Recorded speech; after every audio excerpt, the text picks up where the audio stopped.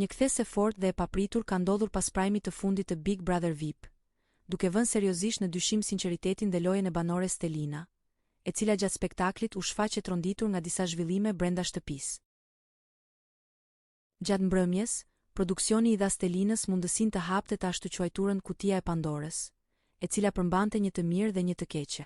E mira ishte shfaqja e një videoje komprometuese ku Casey shihej duke u puthur me Inën, një moment që supozohej t'i jepte Stelinës më shumë qartësi për raportin e saj me Caseyn.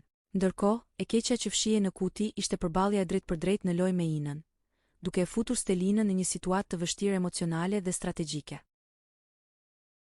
Pas shfaqjes së klipit në monitor, Stelina reagoi para publikut duke deklaruar se e priste një situatë të tillë, por theksoi se deri në atë moment nuk e kishte parë me sytë e saj atë që kishte ndodhur mes Casey dhe Inës. Ky reagim u interpretua si një moment sinqeriteti dhe surprize nga ana e saj.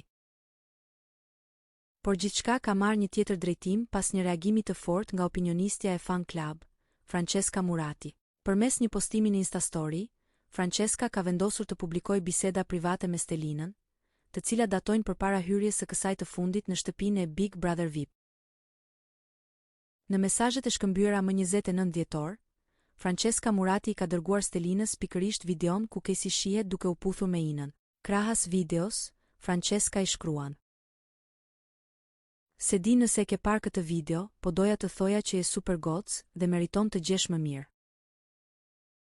Përgjigjja e Stelinës, e publikuar gjithashtu nga Francesca, ka qenë drejtpërdrejtë dhe pa ekuivok. "E kam parë. Faleminderit."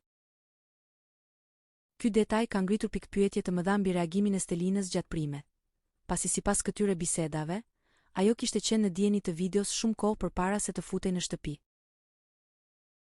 Francesca Murati e ka shoqëruar publikimin e mesazheve me një shkrim thumbues, duke lënë të kuptohet se sjellja e Stelinës brenda shtëpisë është thjesht një akt për lojë dhe për publikun.